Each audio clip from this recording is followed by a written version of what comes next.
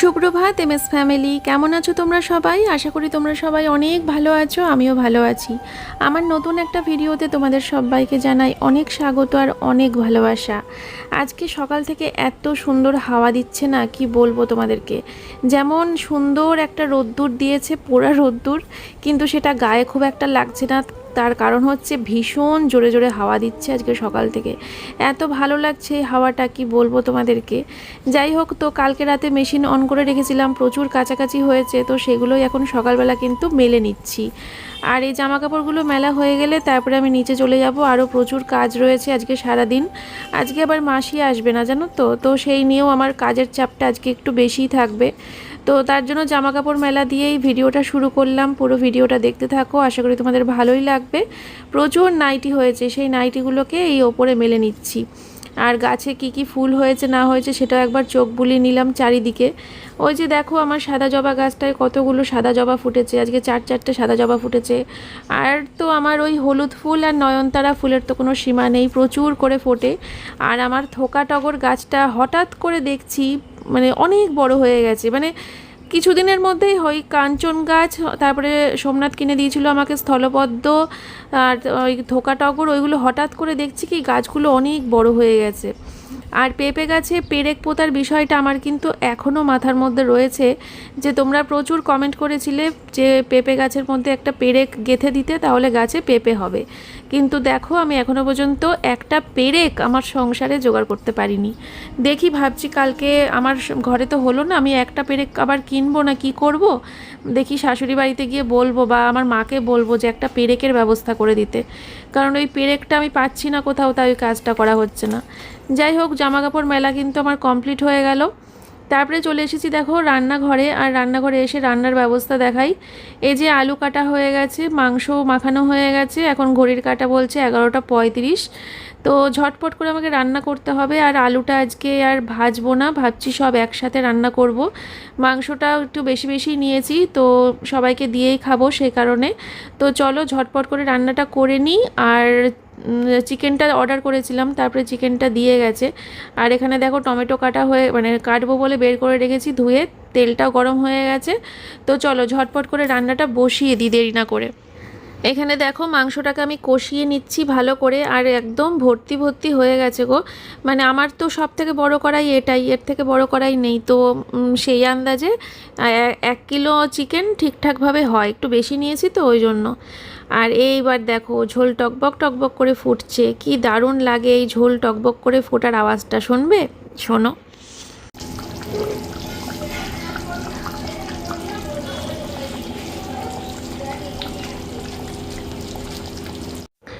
আজকে সকালবেলা জনির ডাক্তারকে ফোন করা হয়েছিল। জনির ডাক্তার এসেছে এখন জনিকে দেখতে, কারণ একটা নতুন সমস্যা দেখা দিয়েছে। ওই যে জানলায় যে জনির কত ওষুধ দেখছো, ওই সমস্ত ওষুধগুলো শেষ হয়ে গেলে জনিকে খাওয়ানো বন্ধ করে দিতে বলেছে। কিন্তু তার বদলে এখন জনির চোখে কিন্তু ছানি পড়েছে, তাই আবার নতুন করে ওষুধ কিনতে হবে। তো বন্ধুরা, সারাদিন বাদে এই আসলাম তোমাদের সামনে, অনেকটা বেলা করে আসলাম, 1টা 20 বাজে এখন। কারণ এতক্ষণ ধরে বহুত ব্যস্ত ছিলাম টুকিটাকি ঘরের কাজ। আজকে মাসি যেহেতু আসবে না, কালকে রাতে বলে গেছে মাসি, মানে কালকে বিকেলে যখন এসেছিলো মাসি বলে গেছিলো আজকে আসবে না। তো সকাল থেকে প্রচুর ব্যস্ত ছিলাম, ঘর ঝাড় দেওয়া, ঘর মোছা, রান্নাবান্না, তারপরে স্নান করলাম, পুজো দিলাম, সব কিছু মিলিয়ে আর ভিডিও করা হয়নি। তারপরে সোমনাথ বাড়িতে ছিল না সকাল থেকে, সোমনাথ গাড়ির সিট কভার লাগাতে গেছিলো। আমার খুব দেখতে ইচ্ছে করছে সিট কভারটা লাগানোর পর। যাই হোক, 4টার সময় বেরোবো, তোমরা হয়তো টাইটেল থাম্বনেল দেখে বুঝতে পেরেইছো।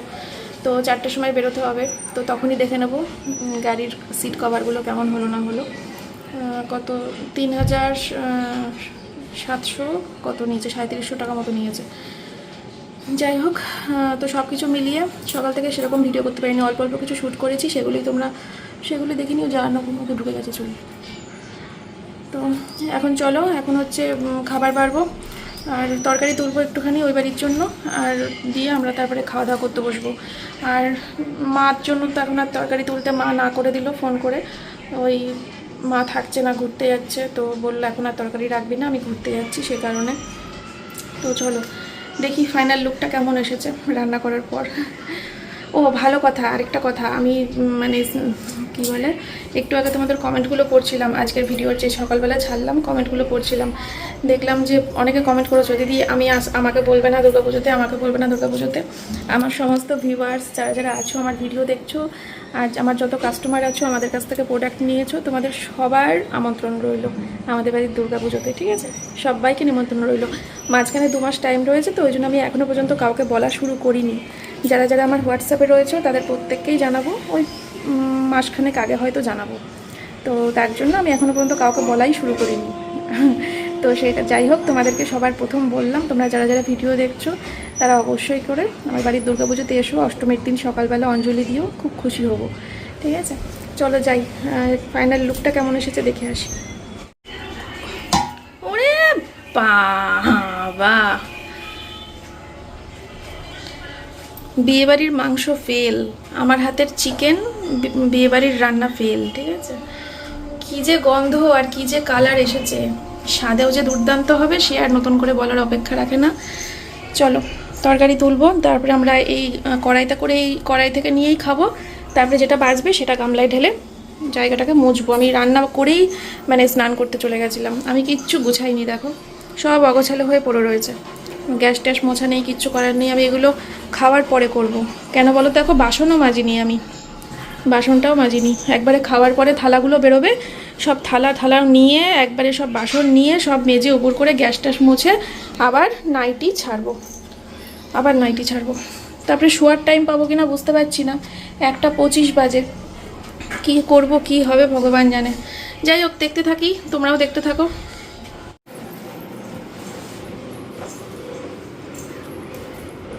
বাবা, তুই যাচ্ছিস তো একটু সময়ের জন্য? একটু না, তোমাদের 4টে থেকে ধর 10টা 11টা, 5টা 6টা 7টা 8টা 9টা 10টা, ওই 11টা, 6-7 ঘন্টার জন্য দিদার বাড়ি। 6-7 ঘন্টার জন্য দিদার বাড়ি যাচ্ছে, তাই দেখো। জামা প্যান্ট নিয়েছি, চিরুনি নিয়েছি, তারপর বাবুলস নিয়েছি, হোমিওপ্যাথি ওষুধ নিয়েছি, রিমঝিম আর আমি একসাথে খাবো।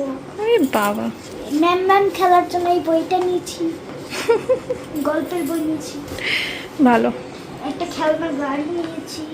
তো বন্ধুরা, এখন বাজে হচ্ছে, বাবা হাত থেকে ফোনই পড়ে যাচ্ছে, এখন বাজে হচ্ছে ঠিক দুপুর 2:30। তো আমাদের সবার খাওয়া দাওয়া কমপ্লিট হলো, সবাই খেয়ে উঠলাম। এখন হচ্ছে একটুখানি রেস্ট নেব, 1 ঘন্টা মতো একটু শুই, তারপরে উঠে রেডি হচ্ছি। আর বাসন মাজতে হলো না, ওই ভালোই হয়েছে, আমার তো ওই একজনের নাম্বার আমার কাছে ছিল না, যে রোজের টাকা রোজ নিয়ে কাজ করে দেয়, তো ওই ওনাকে ফোন করেছিলাম, দিয়ে বললাম যে আজকের দিনটার জন্য কাজ করে দিয়ে যাবো, 100 টাকা দেবো। তা বললো যে এক্ষুনি আসছি, তো আসছে, বাসনটা মেজে দিয়ে যাবে, জলের বোতলগুলো ভরে দিয়ে যাবে, ঠিক আছে? বিকেলের দিকে আসবে, ঘরটাও মুছে দিয়ে যাবে, তারপরে আমরা বেরিয়ে যাব, সঙ্গে সঙ্গে রেডি হয়ে থাকবো, ও বেরিয়ে যাবে কাজ করে, আমরাও বেরিয়ে যাব। তো চলো আসছি আবার একটু পরে, ওদিকে রিয়াঙ্কাদেরকেও ফোন করতে হবে, রেডি হতে বলতে হবে, চলো পরে আসছি। বন্ধুরা, এখন বাজে হচ্ছে 3:45, আমি ধীরে ধীরে আস্তে আস্তে রেডি হচ্ছি। এবার বিছানাটাকে তুললাম, কিছুক্ষণের জন্য শুয়েছিলাম, তাও তুলতে তো হবেই। আর জামা কাপড় ওপর থেকে সব তুলে নিয়ে আসলাম, সব শুকিয়ে পুরো কাঠ হয়ে গেছে। আর ওই বউটাকে কাজ করে এইমাত্র চলে গেল, ঘরটর মুছে দিয়ে গেল, এখনও ঘর একটু একটু ভেজা রয়েছে, সবে মুছে দিয়ে গেল। আর এই যে সমস্ত বাসন মেজে টেজে এখানে উপর করা, আর এখানে বোতল টোতলগুলো ভরে রেখে গেছে, জানলাটাকে দিয়ে দিয়ে বৃষ্টি আসলে এখানে আবার ভাত আর মাংস রাখা আছে। এটাকে ঘরে রাখা যায়, কিন্তু ঘরে রাখা যাবে না, জনি তো ছাড়া থাকবে সারা বাড়ি, ওই জন্য ঘরে রাখবো না, রান্নাঘরে ওপরে উঁচুতে আছে, থাক, ঠিক আছে? একটু বেরোলো, ওই জনির চোখের ওষুধটা আনতে গেল, তো সোমনাথ বাড়ি এসে জনির চোখে ওষুধটা দেবে, তাহলেই আমরা বেরিয়ে যাব, ঠিক আছে? ও ননদ থাকবে এখানে, ছোটো মাকেও বলেছি, ননদকেও বলেছি যে আমরা যখন বাড়ি থাকবো না ঘরে এসে বসে থাকতে, ওরা থাকবে। তো বন্ধুরা আমি পুরো রেডি হয়ে গেছি, সোমনাথ বাড়িতে চলে এসছে, ও গাড়িটা এগিয়ে আনতে গেল। আর এই যে এর মধ্যে একটু মাংস নিয়ে নিয়েছি, ঠিক আছে। তো মাকে দেবো, মেয়েকেও দেবো। মেয়ে রাত্রিবেলা মেয়েকে বললাম একবারে খেয়ে আসবি ওই বাড়ির থেকে, কারণ আমাদের ফিরতে রাত হবে। আর ঘরে ভাত শুধু জনের মতোই রয়েছে, সোমনাথকে ডালিয়া করে দেবো এসে, শুধু জনের মতোই ভাত থাকলো। আমি আসার সময় একটু রুটি ফুটি নিয়ে আসবো, আমি মাংস দিয়ে খেয়ে নেবো। তাই মাকে বললাম রাত্রিবেলা একবারে মেয়েকে খাইয়ে পাঠিয়েও আমি তোমাদের দুজনের মতোই মাংস দিয়ে দিচ্ছি। এমা মারে তাড়াতাড়ি বেরো, চলো আমরা বেরিয়ে পড়ি, মেয়েকে নামিয়ে দেবো মায়ের ওখানে, দিয়ে আমরা রওনা দেবো। ওদিকে রিয়াঙ্কাও রেডি হয়ে গেছে। বন্ধুরা এই হচ্ছে আমাদের নতুন কভার, লাল কালোর ওপর লাগানো হয়েছে, জাস্ট ওয়াও লাগছে এটুকু বলতে পারি। বোতলটা আমাকে দে, সামনে নেবো আমি। সেই হয়েছে, সেই হয়েছে সোমনাথ, সিট কভারটা সেই হয়েছে। ওয়াও, লাল কালো কি করেছো বুদ্ধি করে, এটা দারুণ করেছো ব্যাপারটা। চলো, লাগেনি মনে হয়।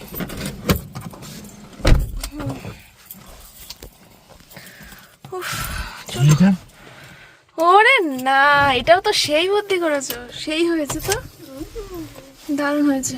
ম্যাপ দেখতে একটু যাও।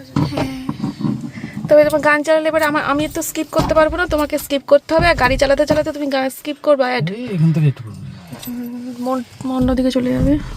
ওরে বাবা, এসি চালাবো, মরে গেলাম। কেন থাক না না না সোমনাথ, মরে যাবো, দম আটকে আর শ্বাস কষ্ট শুরু হয়ে যাবে এক্ষুনি। সিট বেল্ট পরো। করছি, তুমি আগে এসি চালাও।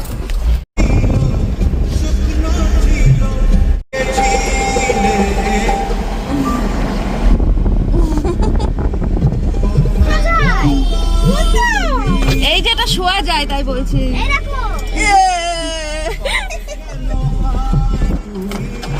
পিছন থেকে ওইটা নিয়ে নাও, ওই যে প্লাস্টিকটা মা। হ্যাঁ চলো বাই। হ্যাঁ, টাটা। কতদিন পর দিতে পারি। বাই। দুষ্টুমি করবি না।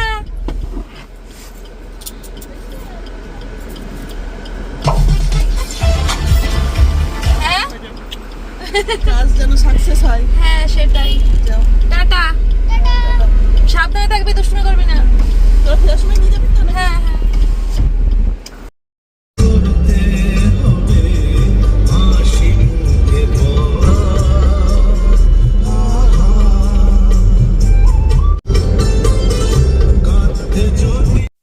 তো এই যে দেখো বন্ধুরা, রিয়াঙ্কা চলে এসেছে আর পুচকুসোনাকে নিয়ে আর বিষ্ণুদাকে নিয়ে। তো আমরা সবাই তো ভীষণ খুশি, মানে সব দিকেই খুশি। এই যে বান্ধবীর ছেলেকে নিয়ে এসেছে আর বিষ্ণুদাকে নিয়ে এসেছে, এখন সবাই আড্ডা দিতে দিতে হাসাহাসি করতে করতে যাব।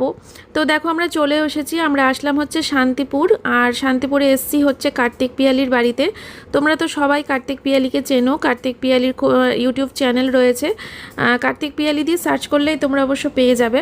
তো যাই হোক, আমরা এখানে আসলাম একটা সম্পূর্ণ অন্য দরকারে, সেই দরকারটা বলি তোমাদেরকে। তো কার্তিক আমাদেরকে এগিয়ে নিতে এসেছিলো আর কি, মোড়ের মাথা পর্যন্ত। তো আমরা তারপরে বাকিটুকু হেঁটে যাচ্ছি।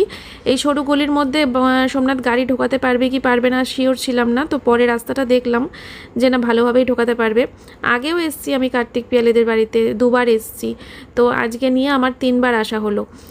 তো এই যে দেখো কার্তিক পিয়ালিদের ঘরে বসেই আমার তো স্বভাব, যার বাড়িতেই যাই না কেন তার ঘরটা আমার দেখা, কোথায় কি রেখেছে, কিভাবে সাজিয়েছে। এটা আমার খুব বাজে স্বভাব না ভালো স্বভাব আমি বলতে পারবো না, সেটা তোমরা বলতে পারবে। তবে আমার এই একটা স্বভাব আছে, কারোর বাড়িতে গেলেই আমি হাঁ করে চারিপাশটা দেখি, সে মানে গুছিয়ে রাখে নাকি লণ্ডভণ্ড করে রাখে।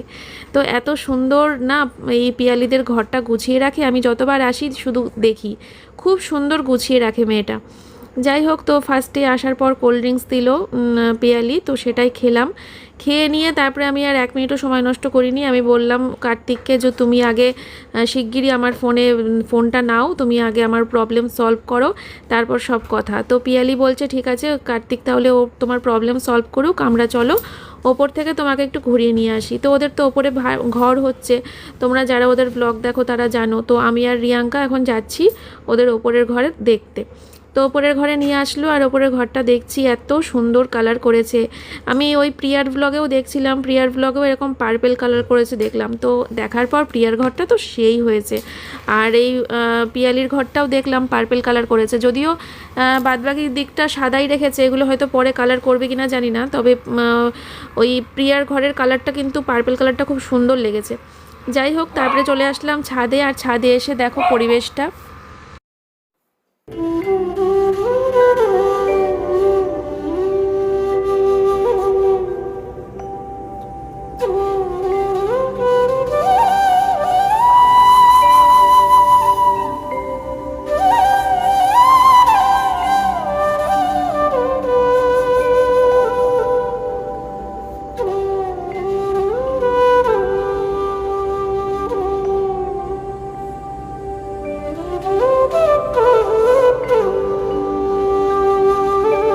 তো বন্ধুরা, প্রাকৃতিক পরিবেশ তো দেখা হলো, তারপর আমরা তিনজন মিলে ছাদে বিশাল গল্পের আসর নিয়ে না বসেছিলাম বলতে পারবো না, তিনজনের বিশাল গল্পের আসর নিয়ে দাঁড়িয়েছিলাম। মানে তিনজনের সুখ দুঃখের গল্প, তিনজনের জীবনের গল্প। আসলে বহুদিন পর না তিন মাথায় এক হয়েছি।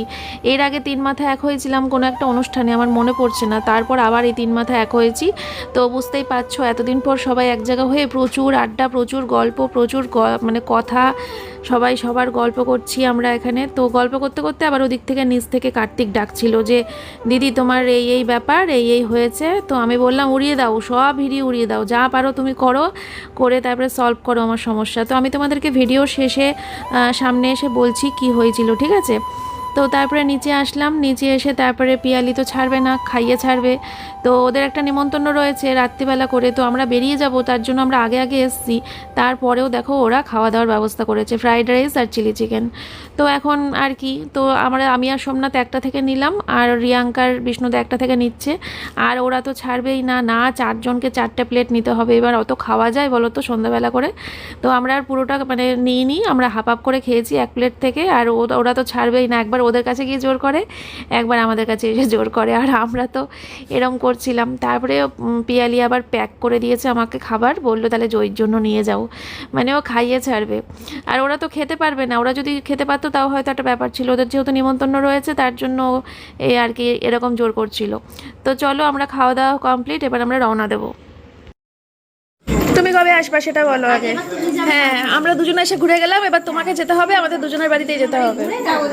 কবে? আমি ওকে বললাম যে দুর্গাপুজোর সময় যেতে অবশ্যই করে।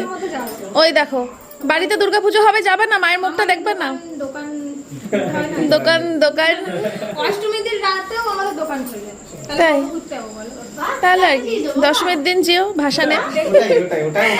হ্যাঁ, দশমীর ভাসানে যেও, আমরা তো বেরোবো ঠাকুর নিয়ে।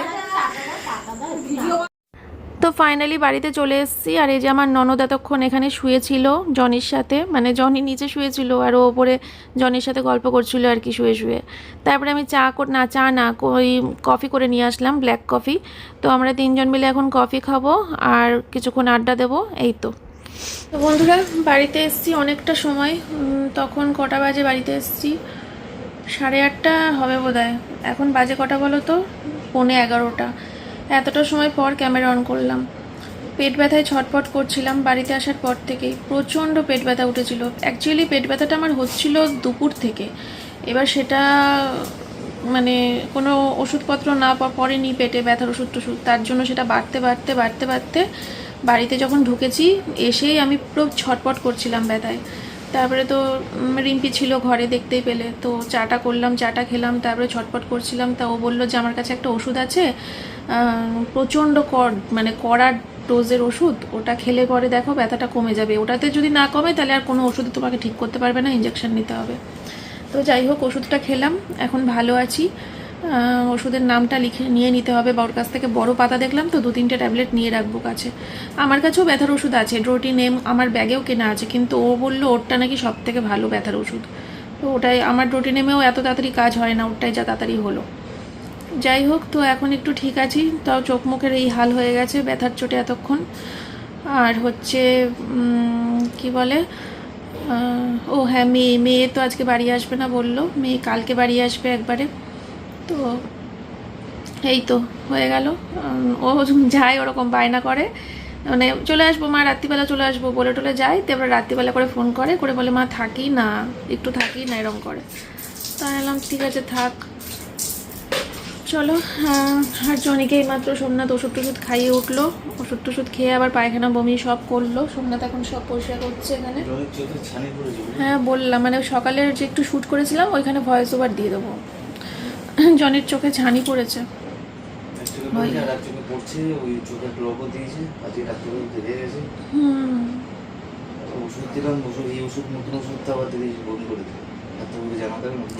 ওষুধটা বের করে দিল, ভাত বের করে নি।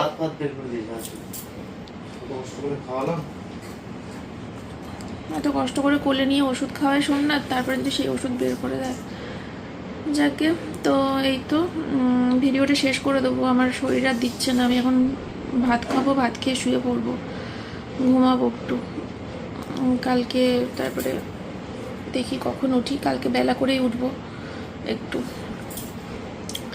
আর হচ্ছে কি একটা কথা বলবো বলে আমি ক্যামেরাটা ধরে রয়েছি, কি একটা, ও হ্যাঁ ফেসবুক।